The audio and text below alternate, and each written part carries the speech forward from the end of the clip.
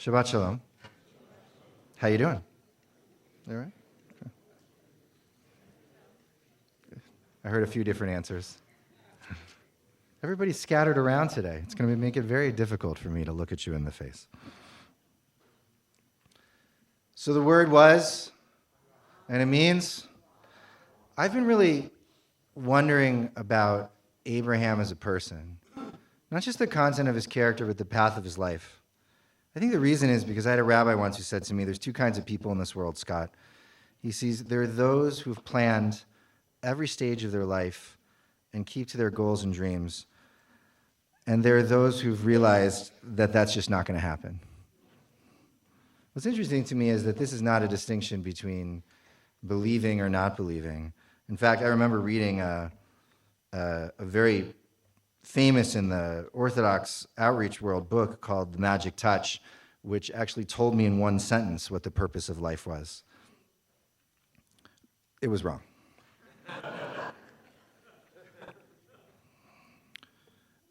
And I wonder about Abraham as well, because I think the way that the beginning of this parsha, which is connected to the word that we were speaking about, lech, lecha, which is connected to the word halach, which means to walk. Lech means go, walk, get out.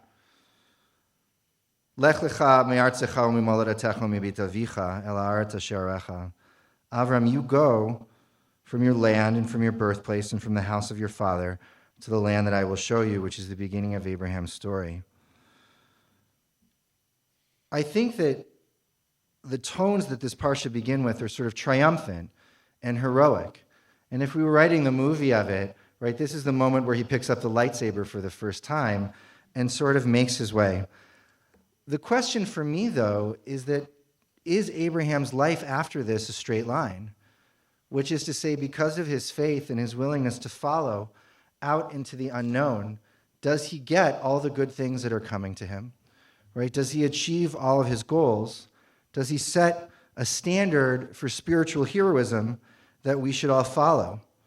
And I'm going to tell you, about 5 minutes after getting to Israel, there was a famine. He goes down to Egypt, and he passes off his wife as his sister. So I'm just going to say no.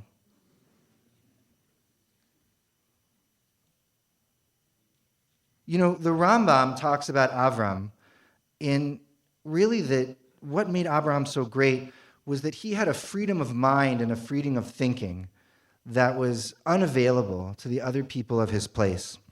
L'shotet b'da'ato, says the Rambam, which is to say to wander in his thinking and wander in his opinion. L'shotet, if you can think of older English, is remember to the word that you might have heard in poetry or in Shakespeare, to list, right? Which means not to make a thing, stuff that you need for shopping, but rather to sort of go off in directions that you might not have been expected. What the Rambam says about Avram is what made him different is that that's what he started doing mentally before he ever started going anywhere physically.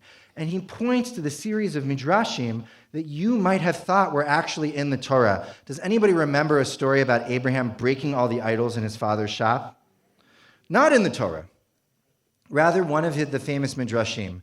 What's interesting about this midrash is that actually it does not take into account the part of the Torah that interests me most this week, which is, do you know that Avram's father, Terach, actually tried to make it to the land of Israel first? If you look at the beginning, by the way, I'm on page 91. This is Genesis, the beginning of, it's the end of chapter 11 and the beginning of chapter 12.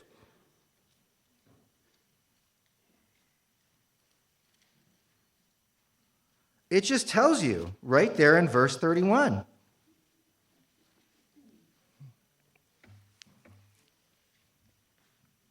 I'll wait till I stop hearing the whispering of pages. It's a good sign for me. Terach took his son Avram, his grandson Lot, the son of Haran, his daughter-in-law Sarai, and they all set out together from Ur Chasdim, Ur of the Chaldeans, super clear when they translated it into English, for the land of Canaan. But when they came as far as Haran, which I think is in modern-day Lebanon or Syria, I'm not great with that. Donald, do you know?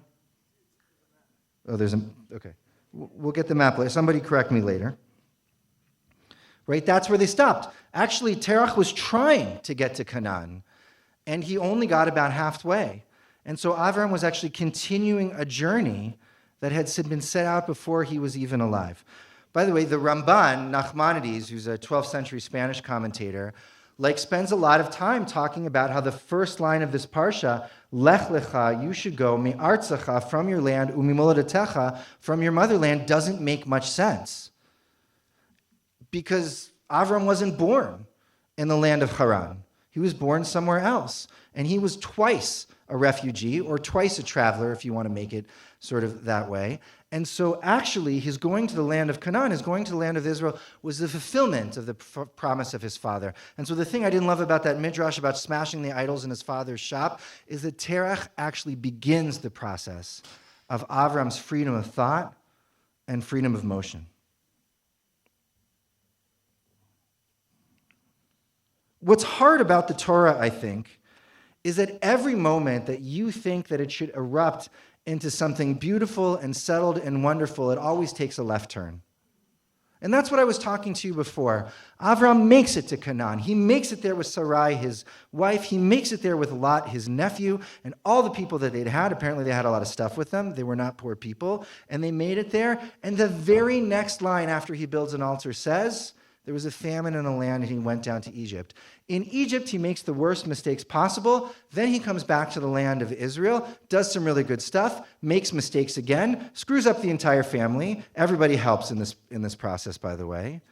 Right? And then, oops, at the end of it, he almost sacrifices his own son.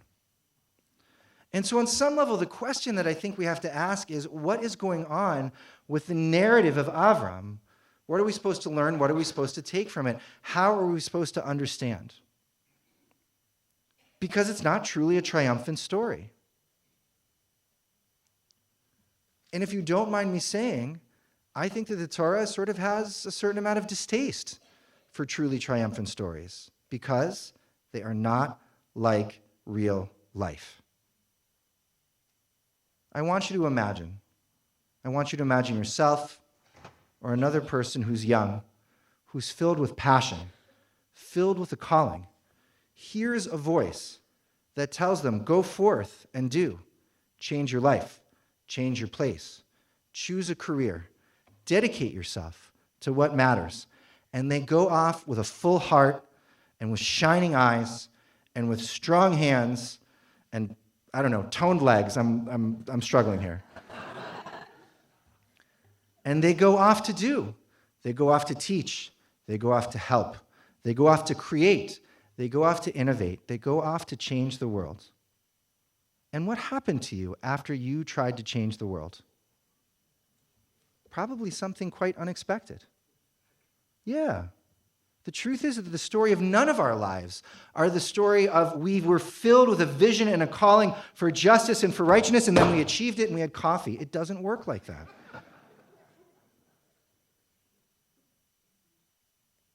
What's interesting to me here, I think, is that Avram lives in a space between a realization that there is something fundamentally flawed about the world that he lives in. This is at least moderated through the eyes of our rabbis, right? Because Avram's great innovation is monotheism, right? And he lives in a world of polytheism. So according to the Rambam, basically someone came along at some point in time and said, see that star up there? Worship that star. It's a good star. Thus polytheism was born. According to the Rambam, what was interesting is that human beings forgot monotheism and had to recover it. We had a connection with the creator of all. We forgot it, and then Avram recovered it for us along the way, right?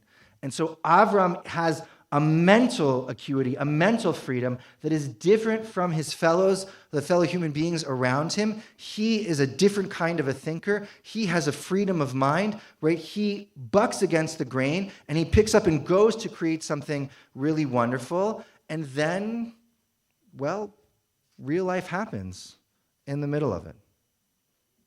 Now, to me, by the way, Avram is still a success. Because there are other examples of this happening in Jewish tradition in which, by the way, people go completely off the rails. Who has heard of Jacob Frank? Who has not heard of Jacob Frank? You're going to love looking him up after Shabbat. Jacob Frank was an 18th century Polish Jew who considered himself to be a reincarnation of Shabtai Tzvi, who considered himself to be a reincarnation of the Mashiach. Jacob Frank was like, all this stuff you're doing is wrong, Jews. We need a new Judaism. We need an innovation. We need an evolution. We need to do it differently. We need to redeem the world from its brokenness. And that's why we all need to have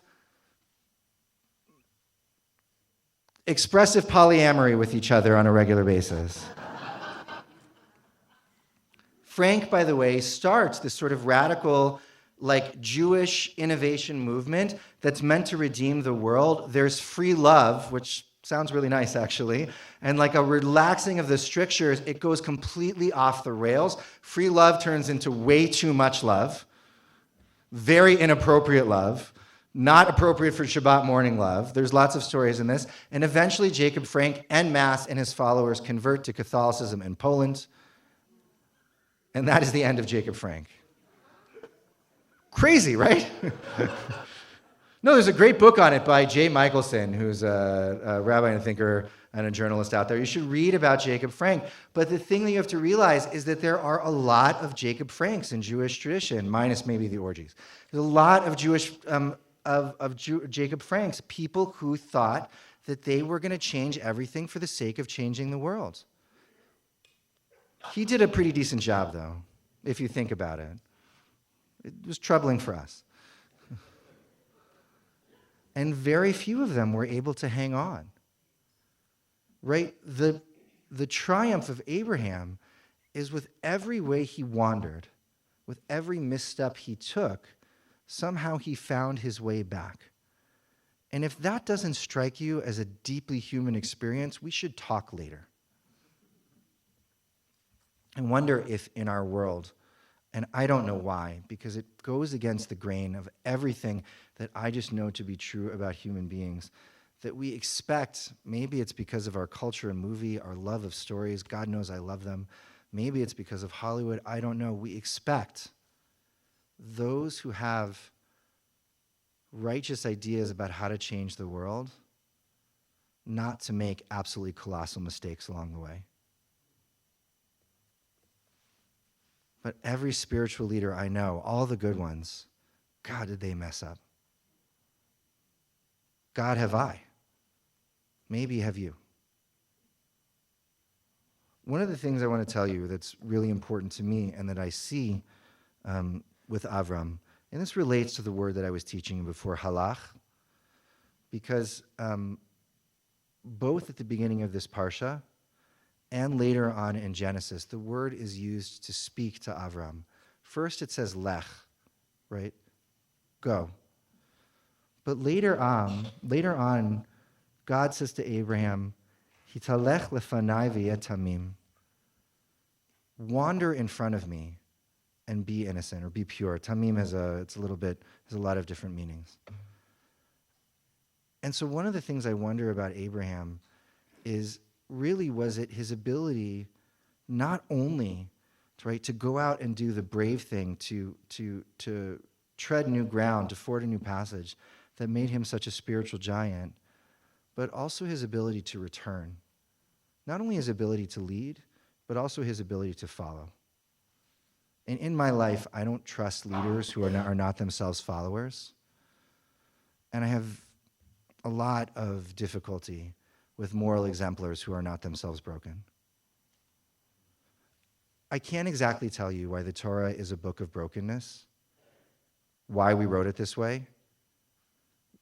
Who would write a spiritual book this way, exposing every single flaw and misstep of every single one of our ancestors? And yet I take such great comfort in it, because at the end, they find their way back, as can we. Shabbat shalom.